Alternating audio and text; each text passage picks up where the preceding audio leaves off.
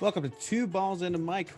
But we're here on Chelas con Chavos on the third edition of Chelas con Chavos. We have very incredible guests today, not just the Chavos themselves who will introduce themselves, say hi, but we also have a special guest with Cesar Hernandez, our good buddy Cesar Hernandez. You can find him at Cesar Football on Twitter and everything and anything he does on there.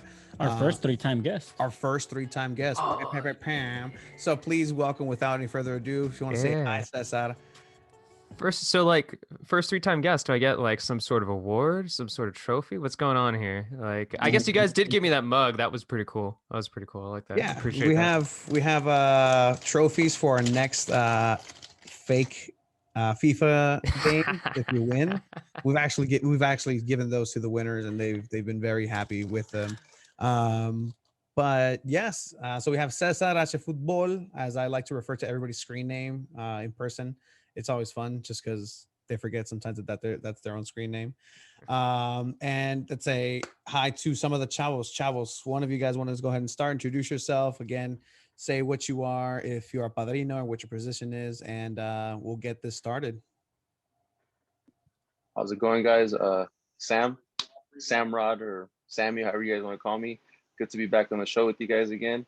One of the padrinos, and a capo. And I forgot my role, but Abel, Abel. I know Abel has it, but I know I'm one of the one that makes us look good. That make sure our banners are looking good.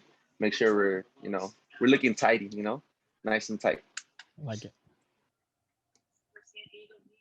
Es la cara bonita el Sam, por eso. Hey, I'm Abel. I'm the VP for Chavos. Also the drummer, or one of the drummers. I mean, we have many of them. So yeah, thank you for having us back again for another episode of Cesar con Chavos. Oh wait, no, yeah, you know what I mean. No, I mean it's great. Like again, I didn't know any of these people before a year and a half ago, and now I feel like they've become very close friends, allies, just people who we go to battle with in different. I mean, Cesar, you went with us, so you're part of the gang, right? You went on that bus up until Orange County, right? Yeah, man, that was a good time on that bus ride. So luckily I have not had any beers, but I'm not 4 or 5 beers in like that one bus ride. Hang out with you dudes. It's a legendary bus ride. Yeah, I mean, until Cesar went to the front and just requested, what was that one song? ¿Cómo se llama? ¿Cómo te voy a olvidar? ¿Cómo te voy a olvidar? Yeah, the bus ride got super lit. Hasta I still remember the name. The bus driver was el señor Daniel, who was very courteous and nos aguantó all the way up and all the way down. But it got to that time of the day where you needed that Latin flavor infused into the playlist. And you know what, Cesar? We've gone back and forth about the Mexican level and how Mexican someone can be. Like, no, if you request a song such as "Cómo te voy a olvidar," it's just an on and off switch. You're 100% Mexican. Like, the fun thing was that so like I had a bunch of drinks. I went up to the front of the bus, and I was like, Jerry was like playing like DJ. I was like, dude, Jerry. I was like, all right, you got to put on like "Cómo te puedo olvidar." And he like looked at me. He's like, "You mean "Cómo te voy a olvidar"?" I was like, "Yeah, well, yeah, sure." Yeah, that one. Because I'm not big. And then as I walk back, I'm like, "Dang, maybe I'm not Mexican enough." All right. No, definitely. And everybody responded well to it because it was a giant hit whenever it came out, and it's still a giant hit now. It's one of those songs that everybody recognizes instantly, no matter where you're from, especially here in Southern California, right? We had a bunch of güeros like vibing to it. They knew the words to it better than we did. And it's pretty much a snapshot of what San Diego Loyal's been. Let me ask you, Cesar, and then I'll pass it over to some of the Chavos. What is, as I still have Como Te Voy a Olvidar in the background, I'm gonna leave it there. It's fine. It's a beautiful song. Like, it just doesn't, you can't go wrong with it. What are your thoughts? You've been out there to Torero. You've been out into up into an away game with San Diego Loyal. What do you think as a supporter group, right? You've covered Xolos and the birth of that team essentially and how it's coming to develop. What are your thoughts about the supporter culture that's been created here for San Diego Loyal, and it's still in its early stages, right? Yeah, I mean, it's definitely in its early stages. So I think that's something that you need to keep in mind. I think there need to be some people who need to be patient, including B, because I definitely called them out for a while when it came to not reaching out to the Latino community enough early on. I've said several times since then that I think they've done a better job. And obviously, by having someone like Chavos de Loyal, like who do some of that work for them, who are like out there and actually doing some of that outreach, like you got to give them credit for doing that, because I think that's huge. That's very, very significant. So I think that like I said, I think there's always room for improvement for what Loyal has done with their outreach. But luckily for them, and they should be very grateful for this, you have a group like Chavos who have stepped up. So Loyal should be very, very grateful to have a group like Chavos. So why do you guys do it? Chavos, Abel, or anybody can answer. Why do you guys do what you guys do, in a sense, right? Because much like us, right, we're doing this for free, but we're not. We want to have an end game of say, hey, we're gonna get press passes, and it's in a selfish way. But a lot of the things that the supporter groups does is incredibly unselfish. How do you guys keep that morale up? Like, de dónde les nace esa madre? I think it's for me it's from within me, man. Like I think I've grown up being a helping hand to whoever crosses paths with me, and just being there to pick someone up or help them out in whatever way they need. Just like a ear to land, a shoulder to lean on. And I think that's what this whole group is about too. We like to help. Nos gusta el desmadre, but it's always like, we're gonna help first and then we'll do desmadre. And then we'll pick up after, because we did the desmadre. So I think we're all like down to earth people. I know Adrian, he might he might come off as like a crazy person, which he is. You guys should really talk to that dude. He's awesome, but he's very, like, honestly, for me, he's made not a huge impact, but he's like, I've seen it in him where he's very down to earth, and he knows what he wants to do with Chavos and with drumming, and he's very passionate about it. So that pushes me to be passionate about helping others, and just doing outreach in whatever way we can. And it's showing, right? And again, you guys are working, the club itself is working with the Chicano Federation.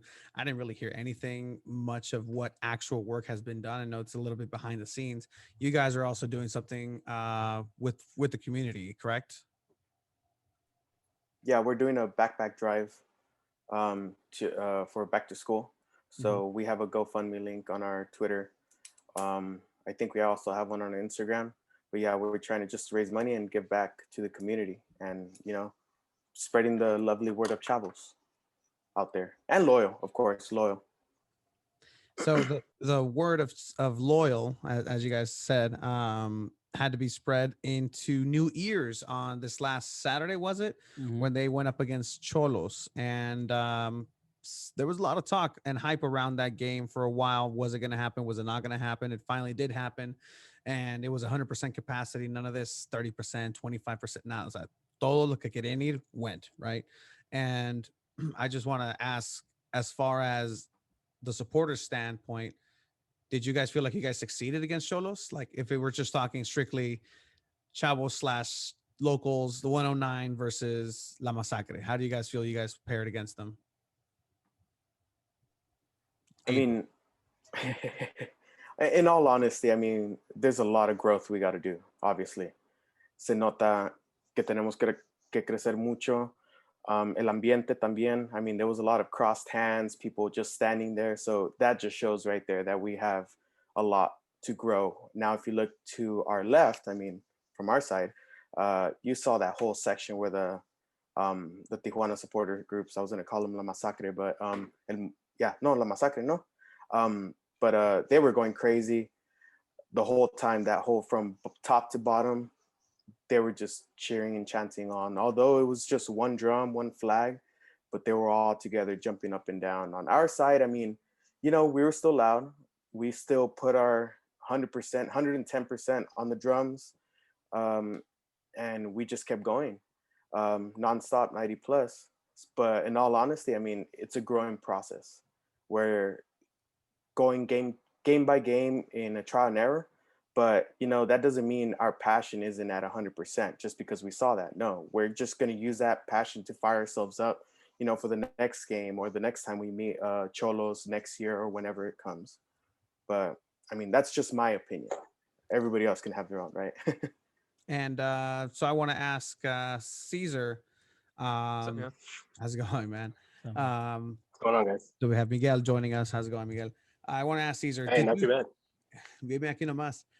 Cesar, was there any rumblings or what were you hearing from your peers in the media with peers that I'm pretty sure you've met a couple of people over from Xolos and we're talking to you about this. What was the overall reaction about the product that Loyal put on and the overall just vibe of having the first Tijuana versus San Diego soccer match? No, I mean, I'm part of this group chat with some local Tijuana reporters, and they were pretty excited, looking forward to this game. I think that they were also a little hyped about the potential to not only take on a neighbor in soccer, but also to take on Landon Donovan's team. So I think there's a little bit of excitement about that. I think what I'm most fascinated by is to see what this friendly could look like a year from now, maybe 2 years now, but things are a little bit more open. Or if you were to look at how this friendly could look like if you were to have it in the Estadio Caliente instead, because I think that would also be really, really fascinating to see not only what the fan base would look like, but also how many members of Chavos you would have a year or two from now, how many members of the locals you would have a year or two from now. Because like Abel said, I'm not gonna say that we shouldn't be like putting them under a microscope right now, but it's still very, very, very early in the days of these supporters groups, especially the locals, especially Chavos. So I think that's something to keep in mind too. But unfortunately, I wasn't able to catch the game. And unfortunately, I watched probably the one of the worst Mexico games I've seen in a while against Trinidad Tobago. So I probably made a mistake by doing that, as opposed to watching Loyal taking on Xolos. But at the very least, that seems like a step forward, and not only trying to connect the San Diego and Tijuana soccer community, but also the two teams as well, because they could potentially have a connection here. Maybe you can have some players going on loan, and not only just from maybe from San Diego to Tijuana, but maybe Tijuana would be interested in a couple players from San Diego on loan too. So I think this is a step forward, and I'm excited to see where it goes from here. Yeah, and we talked about the growth that the locals and the Chavos still need to do. Obviously, that applies. But I gotta give you guys props, man. I stood with you guys that whole game, chanting nonstop, and it's fucking tiring, man. I give you guys props. You guys do it every single game, even on weekdays. And just to imagine the level that the Massacre is at, I mean, you gotta find a lot of people that are passionate just as you guys are. And I think you guys will get there, man. But fuck, man, I give you guys mad props. Yeah, it's tiring, dude. Like we've both done our shifts in 109 this season, and yeah, no, that's one thing that I needed a lot of lemonade to get me through. Cesar, have you had the lemonade at Torero Stadium? Wait, what kind of lemonade are we talking about here? What's going on? Like no, there's a legit lemonade stand. It's called the Big Squeeze. It's right Big Squeeze. Yeah, and my man looks like he would be nicknamed the Big Squeeze, to be fair. No, I've only gone to cover the game like 2 or 3 times as media and just water, and then one time as a fan, and no water, no lemonade, just a bunch of beers. That one time I took the girlfriend, but yeah, no lemonade just yet. Lemonade is good. Yeah, no, it's fantastic, boys. Chavos, if you guys have a chance, let me know, and I'll get you one lemonade. And I'll get you 2 lemonade, Cesar, to hydrate you, because you go hard at Torero. But it's all good for the region, and I think this is one of the most important games for San Diego Tijuana area, because it establishes that there is a chance for growth in the soccer senses, right? Something that about 10 years ago you would have told me like this was going to happen. Like the last thing that was here was Xolos was what, an amistoso with America, and that sold out Qualcomm Stadium or Petco Park, I don't remember, but that was a while back. But now to have something that belongs to this region and we can call our own. I hope that a lot of Cholo fans just check the product out, check Loyal out, because it's a good team, man. It's a good soccer vibe. It's a good atmosphere, I'd have to say. So, Chavos, I want to ask you guys, what did you think of the overall environment and the whole stadium, man? A lot of raza that went to this game. So, how'd you guys like, or how'd you guys see that whole experience? Yo desafortunadamente no pude ir al juego, but I mean, I'm pretty sure wherever Cholos, I mean, Club America or Guadalajara, Chivas, you know, wherever they go, jalan raza, you know, and I'm pretty sure it was, you know, la raza showed up, they saw their team, and you know, they saw Loyal, you know, and that's ultimately what we want. We want exposure to everybody else here, and hopefully, you know, we left a good taste, and hopefully they come back for more, man, because you know, like just like yesterday, just like Landon said, we don't, you know, we entertain, and yesterday was a very entertaining match. So hopefully, you know, Cholos fans came and they were entertained that game, and they keep coming back for more, and we'll welcome them with open arms. And it's again going to be very, very good for this area, the development of kids, the children, the future, what people can aspire in this area. And I've always thought this area has a hotbed of talent. There's a hotbed of talent for baseball, there's a hotbed of talent for a bunch of other things, but soccer is an untapped market. And, you know, I think the rest of this country, the United States, is finally recognizing that. And, you know, hopefully a lot of these players choose to play for Mexico instead of the US. Let me ask, is everybody on the call? I don't know if Cesar, you have to be a little bit more impartial as media, but everybody here is all the way in for Mexico, right? Like Mexican national team.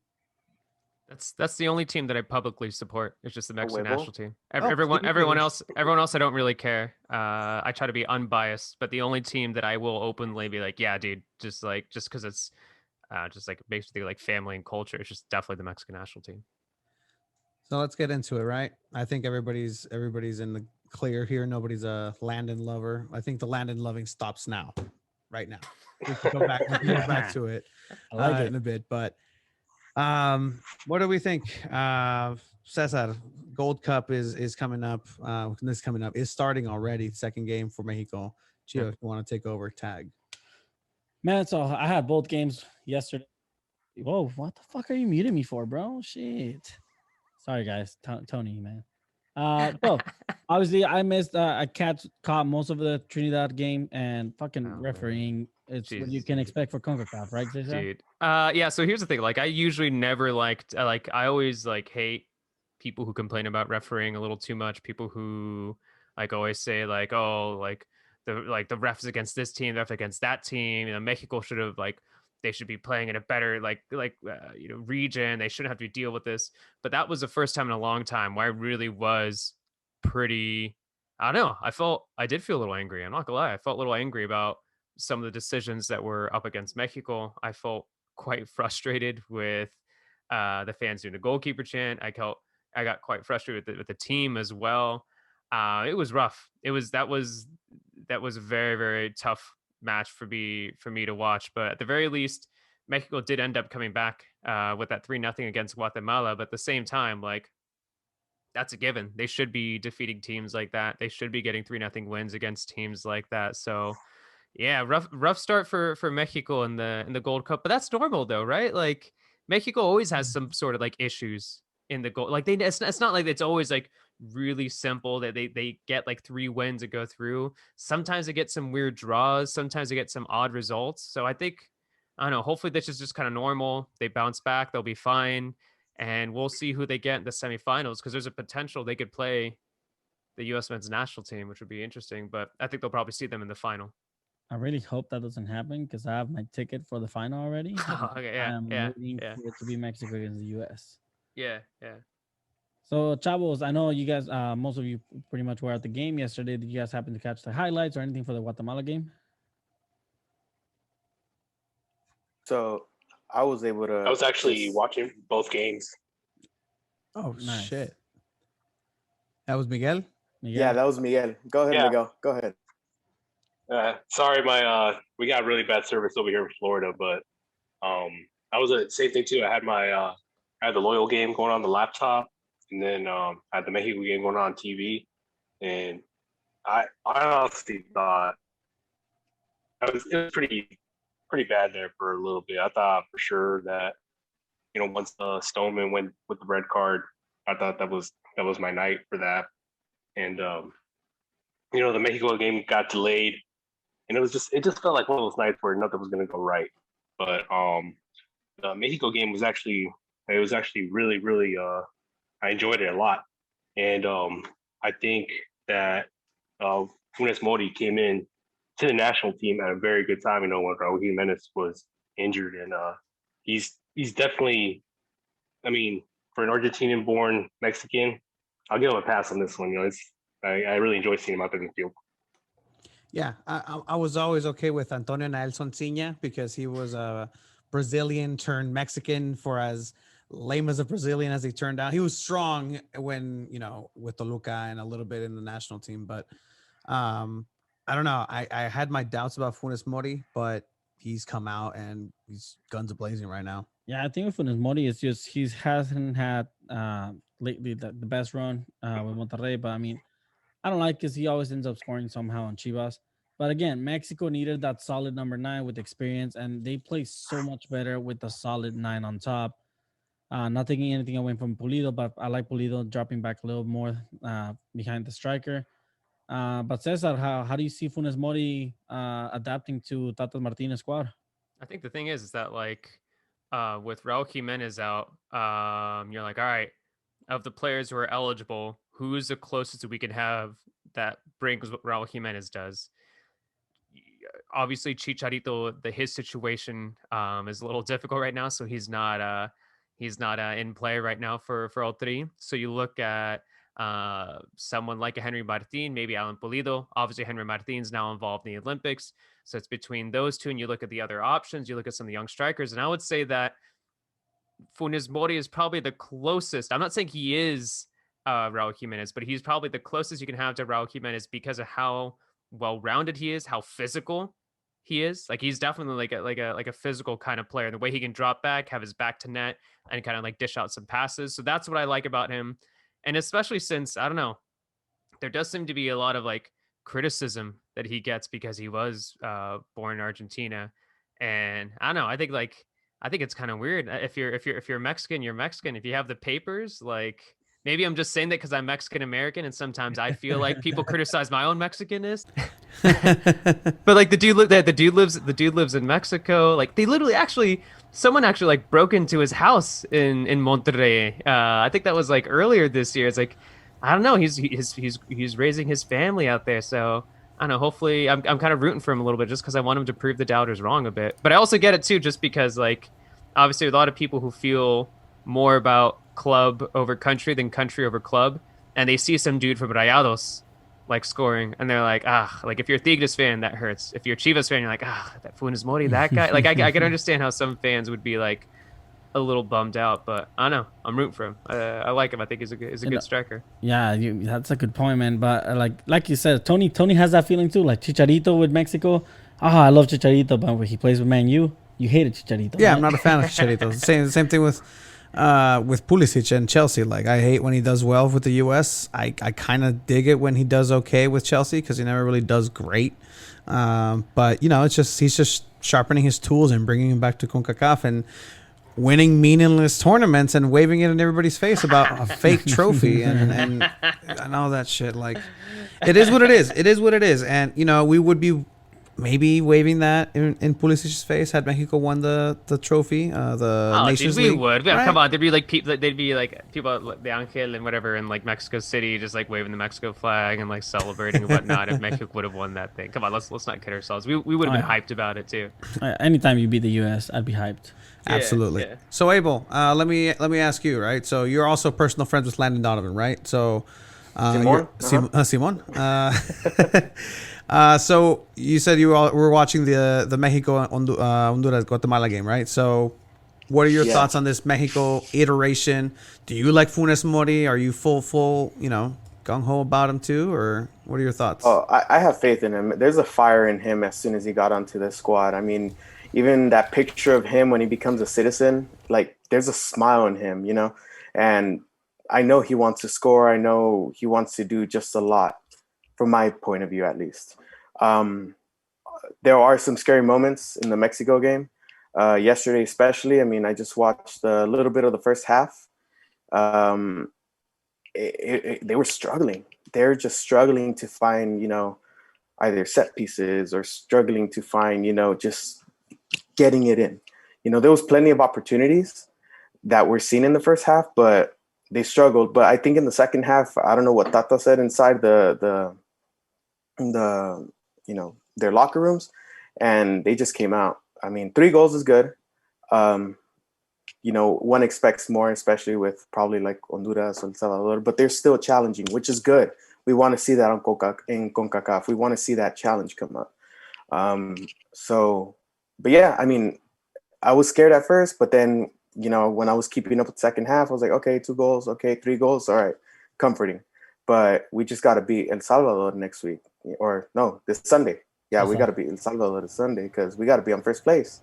Got to be in first place. Yeah, you got to. So, Yeah. Or we're the underdogs, right? The underdog story of Mexico in the Gold Cup. So Yeah. I think Underdog what it story. probably was is that. So I don't know if you guys saw. So Orbelin, Yeah, the I'm number glad one, you bring him up. the Orbelin fell off. The number 1 fell off on his jersey, so he Yeah. was number 0 Yeah. the first half. And then once they switched out the jersey during halftime and they gave him the 10, then he started playing like one. I was like, all right, Yeah. that's what it took. That's what it took. He started playing like number 10 after they gave him the right jersey. Says But that- yeah, no, I thought Mexico was much better in the second half, and yeah, no, I was yeah, obviously they shouldn't have issues with teams like these, and when you're a Mexico fan, you're not just like, all right, we beat Guatemala. Like what you want is just like, all right, you got to win the Gold Cup, and then after that, let's deal with World Cup qualifying. I tend to get a little carried away when Mexico plays on the 2 balls Twitter handle. you do. Yeah. But I saw your ratings and you gave Orbelin an 8 out of 10. I get it. He assisted and scored 1. What would Yeah. his rating be if he hadn't done that though, throughout the whole game? I would say if it was just the first half, it would probably be like a 6, maybe 5.5. I wasn't really that impressed with him in the first half, but he just, I don't know, the second half, it just looked like an entire different player. That's what I was saying. Maybe, I mean, I'm joking, but like maybe it was him literally having a 10 on the back of his jersey as opposed to a 0. But I don't know. I think the issue too is that is because Orbelin, he's playing on the left wing. He's basically taken over the Chucky role, and people want to see Chucky. And Orbelin's not Chucky. Orbelin's more of a attack-minded midfielder. He kind of drifts a little bit more into the middle, and people want this like incredible, pacey, speedy like dribbler on the left-hand side. Orbelin's not that.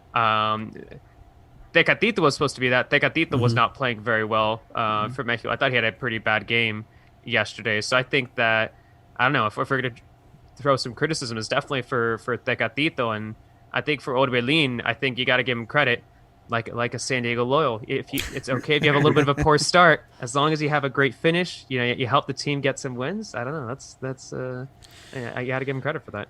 Yeah, San Diego Loyal only knows how to play in the second half at home, facing the loyal supporters in 109. The only time that they haven't faced the supporters in the second half, they ended up giving up a very heartbreaking tie against Sacramento. So the whole one falling off of the jersey, the direction that the play is going, those are superstitious things in a sense, but they have some truth, right? I know somebody in 109 that has not washed their pants since game 1, and they haven't lost. So I could reveal off camera who it is. But we may not be surprised who, but he also plays an instrument in 109. Sorry guys. But no, I mean, and this Mexico team is shaping up to be this Gold Cup team anyways, is shaping up to, have the potential to go to the final and hopefully win it all. What about where was I going with that? Se me fue el rollo. Neta, se me fue el rollo. What I want to bring There we up go. is Please. so we have Orbelin, who has been, obviously he has to step up. That's now that Chucky's gone, but I don't think Tata's using him the way you need to use Orbelin. I mean, he was great with Chivas. and he's doing pretty good with Cruz Azul. Not the best player towards the end of the tournament, but overall, he's a really good player. Do you guys think he is caliber to go to play in Europe? Cesar, I'm gonna ask you first. No, you guys have been asking me enough. I want to hear someone else's. Or thoughts. Sam. Sam hasn't said much. Sam, do you think Orbelin can make it in Europe? I think so. I honestly think Orbelin can make it in Europe. He's fast. He's agile. He has good footwork. I mean, he might be in a slump, or he was in a slump with Cruz Azul for a bit. But honestly, I can see him having a breakout season and getting maybe a mid-tier, like mid-low table team, and then right there just develop his skills and just show off, and maybe he can hit something up in the top team. But I think he has the caliber for it. He just needs to have that little breakout, that flip the switch. Because I mean, we've seen him with Chivas. You guys seen him with Chivas when he was a couple years ago. I think he did good, and now with Cruz Azul, he was a fundamental piece. So I think he can make it out. Yeah, I think he has the potential, but I just worry about his size, man. When you play in Europe, size does come in play, unless you're Messi, right? Like Messi is just a freak of nature. Yeah. But yeah, I mean, there's other players that are obviously bound to go to Europe eventually. A lot of them in the Olympic squad, but we'll get to that in a little bit. For this Mexico team, do you guys think Tata's playing the best possible 11 that he has available? Abel? I think he's making the best use of it.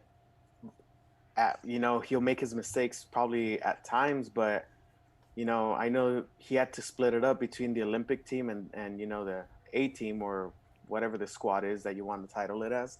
But still, it's like he's making the best as he can, putting different players in the positions, just like Cesar was saying, just with Orbelin, and trying to find that or bridge that gap now that Chucky's not there. So what's he gonna do?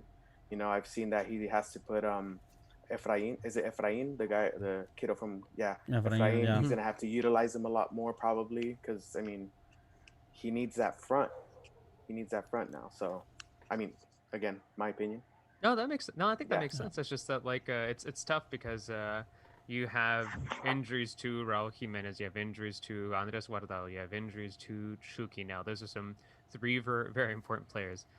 You have Ochoa, who's now involved in the Olympics. You have a lot of good young players being involved in the Olympics. So, I mean, obviously this is still a very good Mexico squad. Is it the best? The best? No, I would say there's probably like 2 to 3 to 4. You can even make an argument for like 5 starters potentially missing. So, but I think that one thing he needs to change, maybe considering changing some of those defensive players. I think that's kind of what stands out to me. Maybe having a Jonathan Dos Santos start over Eric Gutierrez, who's been kind of, I don't know. I'm not entirely sure if I'm entirely convinced by him, but I don't know. It's a tough summer, especially when, I mean, Mexico has mentioned it, and I don't know how you guys feel about it, but for me, it'd be cool to win the Gold Cup. I think that's the goal, but the priority for me is I want to see Mexico do well in the Olympics. That's the priority for me. I want to see them do well again. We saw what happened in 2012, and you think if they could do that in 2012, why can't they do that again? So that's how I feel. I feel like that's the priority for me. I'd be more excited about them, let's say, finishing in the top 4 of the Olympics than for them to win the Gold Cup. So you would be okay from what I'm hearing. Let's say they. I'm not saying I'll be okay. I'm not saying I'll be having a good time if they don't make it to the final. Or yeah, that's what I'm saying. Let's say they make it to the final, lose the final against whoever they play against, and then win the Olympics. Is that Yeah, that's a good summer. That'd be great. I'd be happy with that. But, I'll be okay with that. You have to ask the question. Tata Martino is not the one in charge for the Olympic team. True. So if they lose the Gold Cup, is his job in jeopardy now? You lost the Nations League to the U.S. and then you don't win the Gold Cup. Is his job in jeopardy? That's usually how it plays out with the Mexican national team. You don't win tournaments in a short amount of time. Y fuera, y come out the other guy. But I like the way they're playing with him. But is his job in jeopardy if he doesn't win the Gold Cup? Yeah, it depends on how he does in World Cup qualifying after that. He's got to have a bunch of World Cup qualifying games, and if he doesn't win the first two, then yeah, I think so. I'm just genuinely curious. Chavos, so we can start with Abel, and then we'll go down the line. Who's your favorite manager of the Mexico, like La Mayor? Oh, I gotta think about that too. Hey, that's a big thought right there. Yeah. I mean, Yeah. because there was a time where they were just going back to back with different got mine. directores, so that's kind of hard to think. I mean, it was funny to see Herrera on there. I mean, I know he's from America, but just his reactions, his memes, and all that they created off of him. I mean, he was funny to see. Now, as into direct, I can't really come up with a serious, like, honest answer for that one. I mean, I'm enjoying how Tata's handling it. I also enjoyed Osorio. I know he had his ups and downs, but I enjoyed him sometimes. I really enjoyed that Chile game, huh? We're talking about that? Damn. Yeah, I mean, let's not bring that up. We're gonna keep it going. We're gonna keep it going, and I'm gonna bring that back to you, Abel, in a little bit. But Miguel, who is your all-time favorite manager from Mexico? You know what? When I was a kid, I really liked how Boran Milutinovic ran the squad. Yeah. Yeah. You know, he had a pretty good crew around him, and very experienced, very unselfish, in my opinion. And but I mean, that was me growing up, you know. But like Abel said, I like the way Tata's kind of running things, especially with this very condensed summer that we have after COVID, when you have tournament after tournament, game after game. And I think to kind of go back on what you were saying, was if he loses this, I don't think he would get fired, just because, I mean, it is such a demanding schedule, and I would think the Mexican owners have a little bit more common sense when it comes to that kind of stuff. But I really thought he's up there. He's doing things. I like it. Sam? For me, it would probably be. I think it would be Piojo. I like how Piojo did. You know, he did his paper in the national team. He just showed that, you know, he was passionate about it. You know, and I don't think in my opinion, I don't think there wasn't many coaches that were that passionate. You know, maybe he did go a little overboard, but you know, he was passionate about doing it. He got there, and he brought the team to where it was supposed to be. And it showed, you know, like, not just because he coached in America, but I don't know, his passion, man. His passion. That's For right. me, it's all about passion. Vas a la América, güey. Chingada. Yeah, bro. It was a biased answer. As soon as you said no, that. I like. bro. This is awful lot of ¿Y good el América? praise. Que chica su madre. I'm sorry, dude. I'm sorry. But yeah, man, like, you gotta give it to the dude. Like, his passion was there. Like, I think it, you know, the players fed off of it, and Yeah. you know, they played however they played, and you know, unfortunately we didn't get some results, but I think he was one of the good ones. I always liked Tuca Ferretti, but I don't know, I think he left pretty.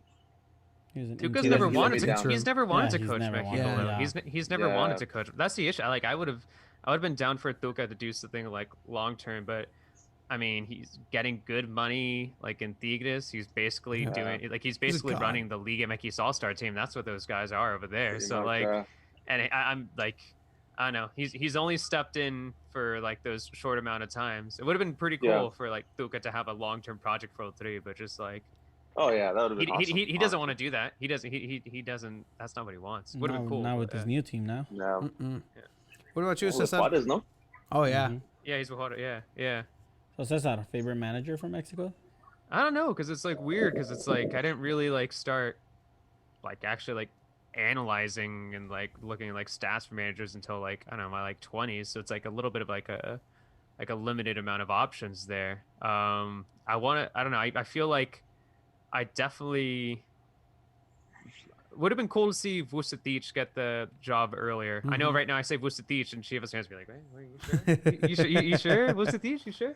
No, but like I feel like earlier, like I feel like he's past his prime now. I feel like it's I don't know. I think a lot of Liga MX managers have already surpassed him already. But it would have been cool to see him get the job earlier and not what he had 1-2 games back in Yeah. 2013 when that Mhm. happened. It would have been cool if he would have had a longer period of time. But I think I don't know. I really bought into Osorio. I know people didn't like his rotaciones. I Oh, know people were yes. really like bothered about what he was doing, but like man, like he was a smart dude and he like I don't know, he really I don't know, there was something really fascinating about how he dealt with the players mentally. And I think with Mexico it's like the talent's always there. We've seen that since forever. We've Mhm. always known Oh, the yeah. talent's been there. And since like the 90s, we've always been wanting them to go the next level. And I think a lot of that for me, like at least from the way I've looked at it, I think a lot of that is like is mentality of the players, and I thought that Osorio could be the guy who could really bring the players up to that next level. It's not about perfecting their talents, but just mentally getting them prepared for something like the World Cup where they've always had issues with getting to the quinto partido. And I thought he could do that. Turned out he couldn't. I don't know. Obviously, I understand why some people are critical of him, but man, I definitely thought Osorio was going to be the dude who was going to do that. And just, I don't know. But it was just unlucky that Mexico had to go up against Brazil Yeah. in that World Cup. That was rough, man. That was having to see them do that. That seems to be their record, right? They're always unlucky and Yeah. playing someone in the round. Juegan 16. como siempre, pero Perdemos como al revés. juega como nunca, perdemos perdiendo como siempre. Yeah. Tony, So who's true. your favorite manager? I think I'm gonna have to go with I think I know. just this. because you think you I know think I know. who? La Volpe. No, actually, wow. no. I hated his dragon corbatas. I hated them. They looked tacky. But it has to be El Vasco Aguirre, just because he Yeah, that's good, man. listen. I'm saying favorite. Like there's no analysis. There's just emotions tied to this, right? He was the manager. He saved us twice. He saved right? us Yeah. twice. Almost, Yeah. if not for a fucking miracle from Maxi Rodriguez over Osvaldo Sanchez in an Yeah. amazing goal in 2006. Yeah. Move over into that next game. La pendejada del Osorio. Okay, I'm hurt still. And then again, he saved us. Again, he came in and, he failed in he always doesn't do very well. He goes with Osasuna de Pamplona, like these wild ass teams, and then just doesn't do well. Comes back to the Mexican team when they needs him, and boom, ahí está Papi Vasco Aguirre. Siempre. So I gotta respect him for that, man. The choice that he made by putting Guille Franco, Bofo Bautista, and Conejo Perez in 2010 is absolutely stupid, but I love the guy. I disagree with you. For me, as a Chivas fan, I can't be biased on this. Chapo La Torre. Nah, I'm just kidding. I'm just kidding. Nah, for me, actually, my favorite Mexican manager is Piojo Herrera. Neta. And just because I'm a strong believer that for the national team, chemistry plays a bigger role than tactics. And if your players are playing for the country and for your coach, you're going to get the chemistry that Mexico had in 2014. You see Piojo rolling around in the rain with their players celebrating a goal. I've never seen that with any other manager, so that's why I really like Piojo. Mexico was playing great with him. The only reason he's not there is because he freaking punched someone else in the face. Martinoli, güey. Sí, güey. Because he talked about his daughter. So, I mean, I got to give props to the guy. I think he's going to kill it in Tigres. He's a great coach. I also got to give props to Martinoli for talking shit. Yeah, too, but Martinoli's no. great. But I think there has to be some notable mentions, like La Volpe. He did a pretty good role with Mexico. And I think the worst one that we can all agree on was Hugo Sanchez. I was about to say, what about Hugo Sanchez? No, he was horrible, man. Not qualifying for the Olympics. He's a better dentist than he was a coach. Hey, he's your neighbor, all right? He's our neighbor. He lives here in San Diego, okay? So you watch your back when you talk about Hugo Sanchez around these parts. Hey, You man, be- you Bro, never that know. We 80 might have him as a Mexico guest. Oh my god. I mean, if I want to take it back, Manolo Lapuente. Anybody know Manolo Lapuente? Mm-hmm. Yeah, with the little old school hat. Yeah. And So that's all I think about. I just imagine that little golf hat whenever Yeah. I think of like. What was that foreign guy that we had for a while? What was his Sven name? Goran Eriksson? Sven Goran Yeah, Eriksson, yeah, güey. that guy. Oh, Fuck man. that guy. Vaya madre ese güey. Like, oh my God. He was like our version of Jurgen Klinsmann for a little bit, where it's like, oh, he's going to bring this new wave of soccer It's into garbage. the Americas, revolutionize it. And it's just, no, it just didn't work out. He was really like, it was kind of funny. So I was like, I actually read his book. I don't know why I read his book, but he talked talking about taking charge of the national team, and obviously he had no idea how it was run, because he's like, I can't believe I have to deal with like 16, 17 bosses. He's like the Chivas. He was like, the owner of Chivas brought me in and was like, why didn't you play this way? And he's like in England, like the coach of Manchester United wouldn't bring me in, or the owner of Manchester United wouldn't bring me in asking me why I played this way. So it's just like kind of funny that he had no idea about the way that like Mexican soccer works, and then you'd have to like appease all the owners in Liga MX, and yeah, Son Goran Eriksson didn't last too long over here. Yeah, I wasn't a fan of him at all. So you bring up Liga MX, Cesar. The tournament's about to start. Jeez, like Who- it feels like soccer never stops, right? Yeah, who That's are you looking wonderful. forward to, man? This, like, okay, nah, you know what? I know who Cross that. Sam likes. Yeah, no, yeah, we're not. Yeah, American. Sí, no mames, Sam. What can you expect from Chivas without Macias now that he is on loan at Getafe? I don't know.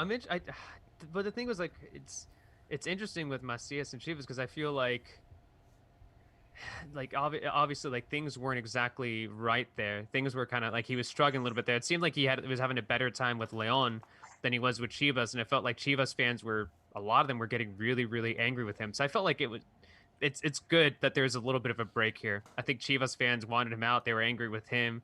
Macias looked a little frustrated when he was playing there with the team. So I think it's best for both parties for them to kind of have this break, if you will. But I don't know. It's Chivas. They're always it's always some sort of like telenovela, like every season. There's always some sort of drama. There's always some sort of a situation that goes on. So I'm fascinated to see what happens. I can't really predict what's going to happen, because I don't know. I feel like they're a little unpredictable sometimes. Sometimes it seems like they've made all the right signings. You're like, they've made all the right investment. They're going to do well. And then they end up not qualifying for the playoffs. Sometimes you think that they're not going to like do well. You think like, this team isn't that good. And then you have someone like Matias Almeida step in, and suddenly they're a decent team who do very, very well. Obviously, Almeida's no longer in the picture, but Why you I gotta know bring him I don't know what bro? to expect from Chivas this season, especially without Macias, because even though fans don't like him or not, he did occasionally score, and I think earlier last season, I think he had a really strong start to the year too. So I don't know. I in all honesty, I have no idea what to expect from them. All I know is there's gonna be some sort of drama just because they're Chivas, you know. It is a telenovela, man. Have you not seen their 4-episode special on Prime? Amazon I heard Prime? it was. I heard someone Check told it me that it out. was. Someone told me it started like the first 2 episodes were good, and then it kind of like That's got a all I little boring. watched. But yeah, I'm not sure. Because COVID hit. That's why. Like, they had- Is that what happened? Is that what Yeah. happened? Okay. yeah, Okay. I binge watched it, and it was good. Just adding that. Yeah. Don't want to be Okay. promoting it, but still, just off the Jota Macias. I mean, hey, if you watch the first episode, he said that he wants to go to Europe. Yeah. He got his dream, so that's good for him. I know he did horrible. Well, I don't want to say horrible, but mediocre. He had his times, ups and downs. I mean, Chicote shined for a good Against time. America? Yeah, That's of about course, it. claro. Sam knows what's up. That's Sam's favorite player, Chicote, man. Yeah. But yeah, his goal was to go to Europe, so he's there. So now it's what's left for us, right? So why don't you want to promote it, Abel? ¿A quién le vas tú? No sé. Okay, Yeah, just making sure. That's a fucking Yeah, dope just jersey, making sure. bro. You can promote it all you want. You can. It's Okay. loud and proud. All right. Vayan a mirar la película, está bien Ahí está. chingona. It's really good. Compre su Chiva Cola. Y I had one. I I've had never, many. I've never tried it though. I always left it in the can. That's unfortunate. Chiva Tómatela. Get a Cola. subscription to te va a Chivas reventar. TV. Like, Oh, no. Hell yeah, You can bro. watch it on Telemundo. They play on Telemundo for right now, so we're good. I just watch the games on mute. Miguel, ¿a quién le vas tú? Chivas. Ah, so yeah. we're good. We're Hey, good, right? You know how to get rid of people? How do on we Zoom, or- re-elect people in Chavos? We think we need or just some re-education. A ver, pues Sam, ¿por qué le vas a la América, güey? ¿Por qué le voy a la América? Yeah, straight up, ¿por qué le vas a la Here's América? way. Pues, ¿Por qué, güey? O sea, Honestly, go for it. I'm gonna tell you the truth. Mi tío. Lo voy a Cruz Azul. Ah, no es cierto. No, man, no. Tampoco no me eches la sal así, chiva. No, my tío from a very young age, like, me inculcó el Club America. Like, he's like, you're Club America this, Club America that, I'm yada sorry. yada yada. And I just grew up watching their games. I'm not gonna say that, I have that knowledge of how Chivas fans do, because I can admit that Chivas fans are very passionate about their team. I'm not saying I'm not, but they're very passionate in their history and everything. And you hear it all the time.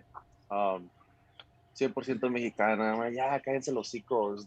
That's your only It's excuse, true bro. though. But mad Hey, props. it's Though, true, mad bro. props, mad props. That's fine. But for a team that caliber, que te dices un grande, and you go 10 years without winning a championship, come on, bro.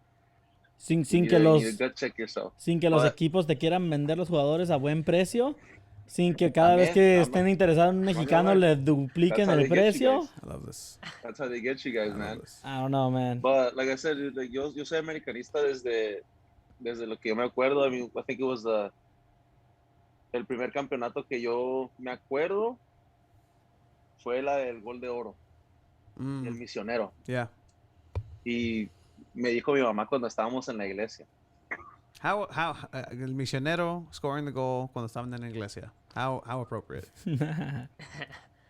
Perfect, bro. You couldn't ask for more. And then after that, it was just, I've just been a Club America for all my life. I mean, I got the chance to go see America play Monterrey in El Azteca, and that just right there was like this is it. Like, I'm in the history books, and it's been a passion since I can remember. And they've, just like Chivas, they brought you guys, your ups and downs.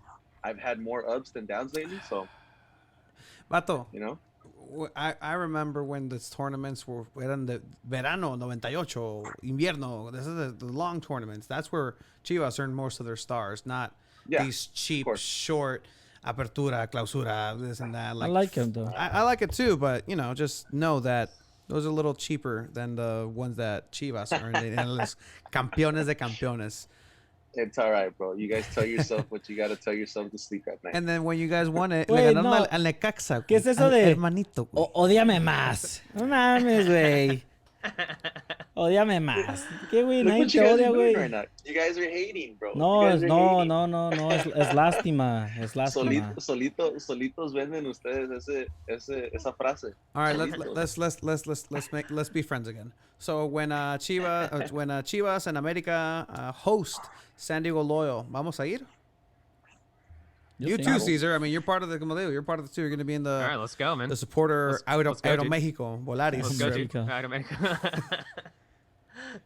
Is that the plan, or are we just set to go? Like, is that you're going to drop everything, guys, Chavos?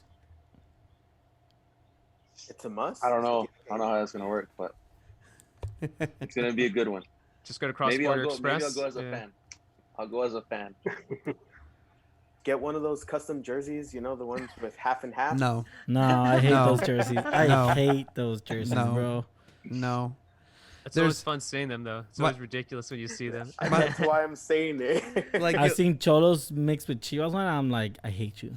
you know when. Okay, Uh-huh. that's one thing, I mean, that you can't cross. But if it's something where it's like non-existent from country to country, just saying, like, in our example, putting a Man U and a Chivas together. A fucking that's Raider something- Chargers jersey. I've seen those around. Like, what the Yeah. fuck, dude? I've seen them Or around. los que traen, the USA on top and then Mexico on bottom or something. Ah. It's like, no, Vatos enfermos.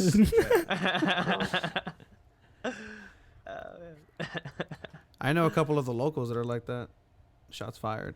No, I'm Oh, but no, it's really just it's possible now to have that thought. San Diego Loyal is gonna make it cuando cruces la línea por San Isidro y los curioseros se estén vendiendo half loyal, half cholos. Like that's when San Diego Loyal is gonna make it. That's it. neta que Get sí. it, get it for 80 pesos outside the Estado Caliente and just like. So, I mean, we established something with Las Vegas Lights, the supporter shield, algo así. Like, why wasn't there something with Xolos? Like, hey, like, if you guys win this game, like, you guys get the fucking, I don't know. Un pedazo del border. Sure. That would help. One of those. It was the locals and the other fools porras getting together. you really think locals are gonna go up to La Masacre and be like, hey, you guys want to do this? Hey guys. Bro, why didn't you guys do Hey, it, guys. Chavos? Nosotros andábamos cortos ese día, True. but it would be nice, like a Chela cup or something. So, Shallow Cup, I like that. That's Chela, cool. so what's something that you guys like maybe take away from the massacre that you're like, oh, that was actually pretty fucking dope. Like, we should try Bringing it something back like to that. Masacre, yeah. A little bit. Yeah, sure. Talking Liga From what MX. I can gather in the game, they were loud, and there was only like a handful of them. Man, those guys you could just see it in the video that the Loyal took, and they were just jumping up and down. It's just like they had energy the whole time, and that's kind of what I want for our group. Definitely. Dude, I got tired, so They got I louder. agree with you, man. Everybody got louder. Like the decibels went up for the 109 whenever they started walking in. ¿Qué pedo con esa madre? Would you guys ever do that, chavos? 15 minutes into the game, like make a scene and just like walk in and waste 15 minutes of game just to make everybody look at you? No. I mean, you're That's paying pretty for the dope, game. though. Why are you gonna waste your time doing that? That's a good point. That's a good point. Yeah. Either get there early, or don't go at all in this sense. But no, I wouldn't do that. I mean, I hope not. Were you We're also still young. Yeah, were you guys in the camp of like, gracias Masacre, gracias por venir. Nope, not me and Abel. Gracias, Not me and vengan, Abel. No, Gracias. I mean, yeah, Chiva was right in front of me. I was like, are they saying fuck you, Masacre, or fuck you, Fuck you, Tijuana? Cholos. Fuck you, Cholos. What are they saying? Because everyone started saying, thank you, Cholos. Oh, okay. Oh. I was like, oh, okay. No, Simon, look at Sam. Yeah. Yeah, to me, I when mean, you're playing, Mad respect. it's a rivalry, right? When you're in the game, like you're there, you hate your opponent, and you're trying to beat them, man. And for them to be like, oh, thank you, this and that, like, bro, come on, like I get it. It is Cholos. It is a first division team. It was a sellout. They sold a lot of beer. There was a lot of Bud Light being bought. What? Yeah, I've never seen Bud Light at Torero Stadium. Interesting. Necesitaban más agua por eso. Let's see, güey. I want to see the day where they sell indio. Y they sell like real micheladas. No, they sell out. I don't know. It's like even Modelo negra. this Estado Caliente. Like, what is it? For a while, like the sponsor was Bud Light, and you saw like Bud Lights and like what was the other like very like American beer that you saw? But it was weird just because like I don't know if like Bud Light's Heineken? trying to allow like now cater to like Mexican Americans, but there were like Bud Lights everywhere for like 2 or 3 seasons. So, Chavos, have you guys gone to Cholos games? I mean, again, we're talking Liga MX Chavos right now, but like before Loyal, were you guys frequent flyers of Estado Caliente? Did you guys go often, experience that atmosphere, or what was it like for you guys? Never been. I was this close to going to back in February last year, but I didn't get my Sentry in time, so I didn't go.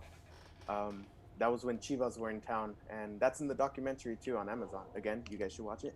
But no, I haven't been. Hopefully, I can go in the future, just to catch the vibe and the ambience. Sam, Miguel. I've been a couple times. Obviously, cuando viene la América, I always try to make it out. I went to actually a Xolos Atlas game, and you guys know this already, like La Masacre, and then ¿cómo se llama La 8. la porra de la qué? La 8, ¿no? Oh, no. No, La la 54, 54, algo así. Something like that. Which It's a is number. like Academia or Yeah, something like I that. forget. Yeah, I forgot too. I Yeah. should know this, but I forget. Yeah. Just throwing But, random dude, numbers. It's just so intense. It's so intense with them, and obviously for me, since we're in the supporters group now, the drums, just the ambiente that they put on, it's just catchy. You get into it, and you start. Next thing you know, you start bobbing your head, you start tapping your foot, anything, because it's just the drums, the trumpet, and everything. It makes it all worth it, honestly. I mean, I obviously love the game. I love to see the play, but just hearing them chant and everything, it's awesome. It's a experience that I hope everybody can do, or can experience in their lifetimes. Yeah, I've been to a couple games out there too with the Chivas games and stuff. But I used to go a lot more to watch a baseball game, to watch a Toros in Tijuana. Oh, those are cool And too. Yeah. it's just, dude, just the food, the beer is so cheap. I mean, the tortas, the carne asada tacos, everything. It's just like, man. and then the fact that they have tailgates, and tailgate is so foreign to Mexican soccer. Yeah. It just blows my mind because it's like for us, it's just normal, but for everybody else in Mexico, they're talking about, you watch Univision, it's like el tailgate, así se dice in San Diego, and it's just like, it's just normal for us, and I'm glad that Tijuana's bringing that kind of stuff. And I enjoy the games a lot, and I definitely encourage anybody, to go at least go check one out. I mean, even if it's not one of the popular teams, I mean, go check them out against I don't know, like Juarez or something like that. But they always have good attendance, even if it's like, that's also something like, like even though Xolos, I feel like they're still kind of like talking about that one title that they've had, and it's something that they kind of like, that fans kind of like try to like bring up every now and then. But regardless of that, like, I don't know, like every game that I've covered, like there's usually at least, I want to say like 50-75% capacity, even if it's a small team, even well, Copa MX isn't a thing anymore, but even during like the Copa MX games, like during the middle of the week, like you would see a bunch of fans, and you would see La Masacre like definitely bring the noise. And that's definitely, I don't know, something that stands out to me too, and something that I miss is that, I didn't root for Xolos. I don't like root for any Liga MX teams. I mean, but I cover the league. But like, you also, like Sam was saying, that like when you're hearing La Masacre, when you're hearing some of the songs, especially since a lot of them are like unique to Xolos, not to that you see in other Liga MX teams, you can't help but kind of like bob your head a little bit, tap your foot, and just kind of like be in the vibe, just like it's like a really, really cool kind of vibe that kind of sucks you in a little bit, and you kind of get like energized, and it's just, I know, it's like it's weird. That's something that I definitely miss a lot from covering those Xolos games, is that like, I mean, I'll call it like what it felt like. It was just like a little bit of a high of like being there, like being like in the crowd and hearing the music, and you're just like, I know, it sucks you in, and it's something that I definitely miss. And I can see why, why that you have, like, I've talked about numerous podcasts that, I've asked people who work for Xolos to say that about 30 to 35% of people who go to Xolos games are from the United States. It's a lot of people who didn't have that for a while in San Diego, who are like, all right, that's cool, that's dope. Even if you don't like soccer, it's fun, and it's absolutely fun. There's good food if you want like cheap beer, if you want to do the tailgate.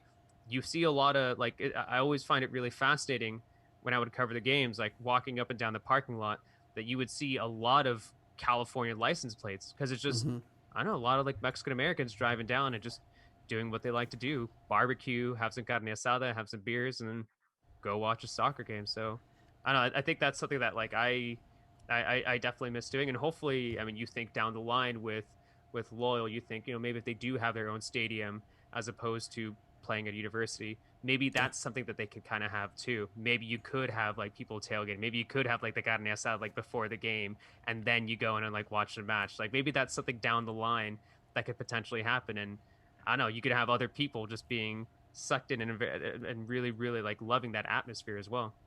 And that's something that we had discussed too, is the fact that Sabes que La Masacre, you can tell their experience. They're sharpened. They have tailor-made chants that aren't necessarily other chants that have been specifically tailored with lyrics with San Diego. Again, this is very early on in the process for all supporters of San Diego Loyal, right?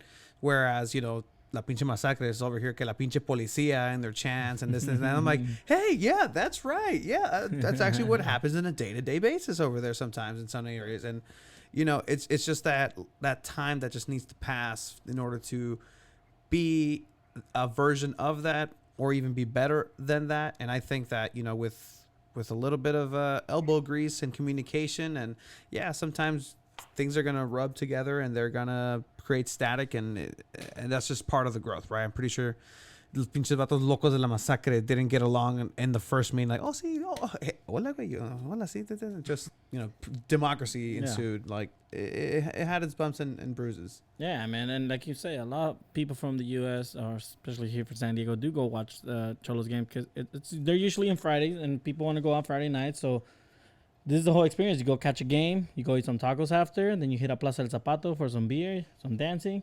You come back home at 3 a.m. and you had a great Friday night.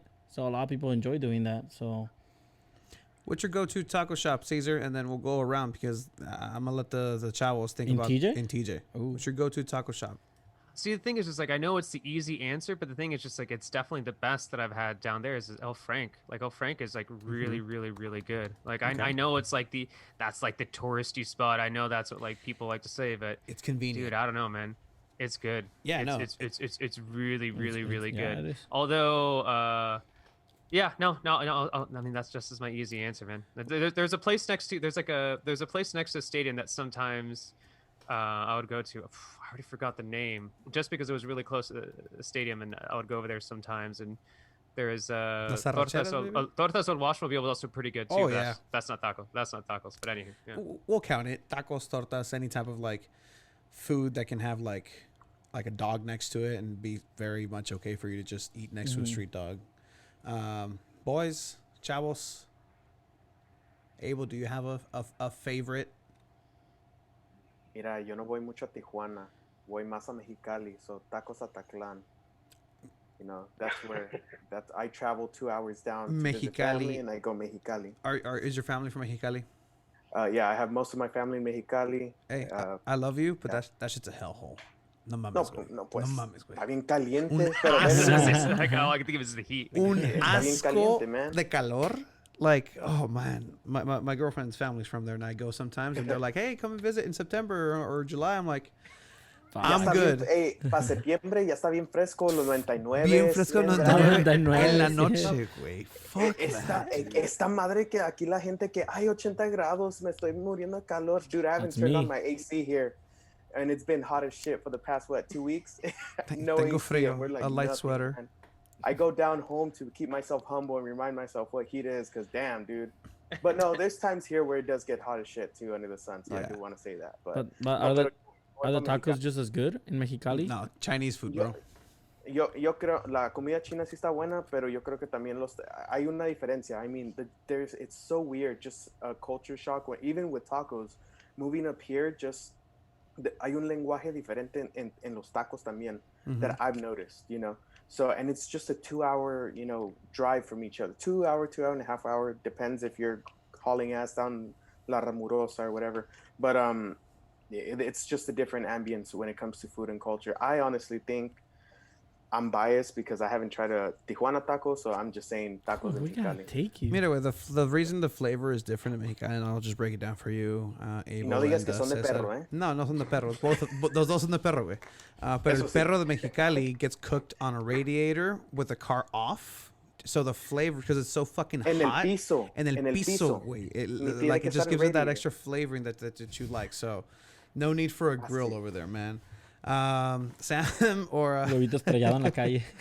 It Sí works. se hace, ¿eh? Sí se yeah, hace, it's güey. It's done. fucking wild, bro. It's wild. Oh, you guys aren't joking? Oh, you're like No, like you I was like, dang, I was like, dude, you're gonna lose a I'm bunch. Like, lost. really? Oh, like Yeah, no, it's happened. I wish, I mean, if I'm going back down in August again, I'm just so because sorry. we have a busy schedule, and if it's hot enough, I'll record a video and I'll upload it somehow. I watched the Champions League final with Chelsea winning it in Mexicali, and like I was just so destroyed by the heat that I couldn't celebrate. I was just like, yeah, cool, good shit. Just stand in front of a fucking fan. But yeah, back Sam, tacos. Let's talk tacos, and then start wrapping it up here. Yo tampoco no voy mucho a Tijuas, but Vas a Mexicali. it's either between El Frank or El Taconazo. But I think El Taconazo, Taconazo is like number one for me. That's a very American answer. I I know. like it. Yikes. I- Hey, it's all good. I It's- it's apologize. cool. We need to I go take. This apologize. is just telling me that we need to go down. I mean, Of course, hey, sign me up. Sign me up. sometimes there aren't too many lines at Taco Naso, and you're like, all right, cool, like it's good. Like you can just like sit, and then like it's not too long of a wait. I like Yeah. Taco Naso too. true, Yeah. true. Miguel? Yeah, I'm getting my Century in like about 2-3 months. Oh, so hell yeah. I'll definitely Congratulations. be able to- yeah, thank you. I know it was a year-long process, but I finally got it. I'll definitely be able to answer that, but I know I've been to El Frank, and those are actually really, really good. But I do actually like Mariscos a little bit more. Oh, There's a couple spots over in Libertad and Plaza Rio that El that I Mazateño. really, really enjoy. Yeah, it's just, and the seafood in TJ is just next level. I mean, if people thought for us like tacos are good, it's just, I think the seafood, we have some of the better ones like in the world for sure. Nice. So Wait, what about you? oh, for me, I mean, I don't. I mean, tacos de frank, with all due respect, is delicious food. It's sustenance. It's you know, it's good. But if you want to go deep into TJ, like, you know, I can't get too specific with like, oh, tacos Elvira, por aquí, por acá, por acá. But I think, I mean, this just sets up for a taco tour with the boys here, with everybody involved, and it doesn't even have to be a cholo match. How about this, guys? Have any of you guys watched Lucha Libre? Whew. Like live? I love it. In TJ? Oh, live Yeah. now. No. I've never seen it. Keep it, Yeah. Okay, guys, El Auditorio Nacional, it's right down the street from El Estadio Caliente. If there's a Xolos game, we can pregame it at the Lucha Libre, even if they're not pregame. It's an experience that everybody needs to have in Mexico. Yeah. It's a lot of family-friendly fun.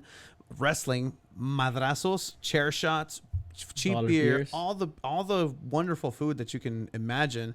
And it's honestly a great time, and I would very much be down to take everybody. I'll pay for everything, and just make sure you guys Whoa. have your documents. And that's all I ask for. I got my. I think I'm trying to renew my century, but I think by trying to renew it, they're like, "No, you're fine for like 14 months." It's like, all right, cool. All right, we'll see how that goes. Yeah. That's yeah. how they get you, Caesar. Los pinches migras, es lo que te dicen, güey. There's some really good tacos a vapor en el centro. Un carrito. I don't know specifically. But for me, birria is just like a go-to. And I grew up in Playas. Había un carrito a tacos Don Robert. Y Don Robert te hacía unos taquitos bien buenos de birria. Uf. Que descanse en paz, Don Robert. I don't, hey, he was pretty old already, so I don't know. Hopefully he's still trucking out there. Ya le hopefully. estás matando shit. I mean, this was literally like 17 years ago. He was already like in his 70s. I like that. I like that. He could still be alive. You don't know that. He Yeah. could still be alive. Yeah. Just the Yeah. arthritis, just like Yeah. Y también había uno se llama El Chivo Loco. el chivo. This guy, one day, he had like a live goat Uh-huh. on like a Friday. Uh-huh. And on Sunday, we went to go eat breakfast there.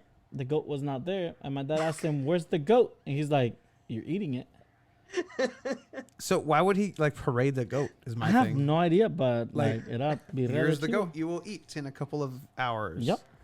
And it Gotta was exercise fucking it. delicious. Lean it up. You gotta lean it up. Fuck Tiene que that. caminar para que se And all of a Yeah. sudden, tacos de Cesar showed up at the menu. They're feeding a birria to the goat. No, I'm just kidding. Oh, you can't. Oh, okay. Yo, no, come on. Oh, No, man. taco de sesos is all right. Yeah. What's the grossest tacos you guys have had? I think that's it for me. I think once I found out, once I got past the texture and everything, and it actually told me what it was, that kind of put my mind in a little tailspin. Wow. Yeah. Eso y después si le tienen ojo o no ojo. Oh boy. O los de cabeza también con ojo o no ojo. But I love Yeah. tacos de cabeza. I love them. I feel weird about that cabeza. I don't know. I feel weird about that. Also, dude, I know it's like not that big of a deal, and it's like something we should have gotten over when I was like 5 or 6 or something. But like, I know like all my families have been like, no, the texture's good if it's cooked right. But like, I still can't eat lengua. I just think about lengua. And I've never just, like, tried what it. Actually is. Oh, what? Never tried it. You've never tried lengua? Nope. What? Lengua? Nope. I still feel Nope. weird about it. Nope. Like my parents have always been just like, no, it's just like it's gotta be the right texture, blah, blah, and like I never. Lengua, That's got it. exactly lengua why I is don't try. delicious, That's why dude. I don't try it. Like I'm not gonna go venture and like Russian roulette different lengua spots and be like, oh, this is great. People say tacos el gordo is great for lengua, but I'm like, it is really good. I have for lengua. adobada and campechana that I can just have and Trust me, Tony. Next time you go, ask for some lengua fries. They have lengua fries? They have lengua fries, bro. Para que te den lengua ahí. But para que veas, by the way, like I want to talk about this a little bit too. Like now we're tacos el gordo, right? Like what the fuck happened with Loyo and tacos el gordo? They were like this close, and they were like loving each other in the DMs, and then hey, every They goal preferred gets you Rubios Rubios, yay! Yeah, man. One fucking Rubio taco, yay! Which is fine, right? It's free. but $5 taco, man. I mean, yeah, it is free. That's the good thing. But It's a $5 taco. $4.99. Yeah, $4.99. How big is this taco? What the fuck? Una What haven't madrecita we así. gone? Hold on. No, madrecita. No, de veras. manches. Lo que te It- cuesta un ¿qué es el Like my taco? lady says, as long as it's free, let's go. If it's not free, we're never paying for that. I'm still waiting for my free car wash. ¿Es esta the one game I madre? went to, yeah. Is that it? Simon, Like- y hay diferentes. Don't get me wrong. Mm. In my opinion, the salsitas make it. That's how I am, but it's not. If you're gonna go and buy, sorry, whoever's working from Loyal listening. I mean, Rubio's watching this, but still at the same time, no. I've Sorry. openly talked shit Voted about #1 fish Pero- tacos y- in California. mamadas, güey. Sí, No güey. es cierto. En pinche, No. Ve al Kiko's mejor. in Oh. Caucasian calendar corporate magazine. Like, no, this is in no world is this. I Hubiera had estado más chilo. fuck, man.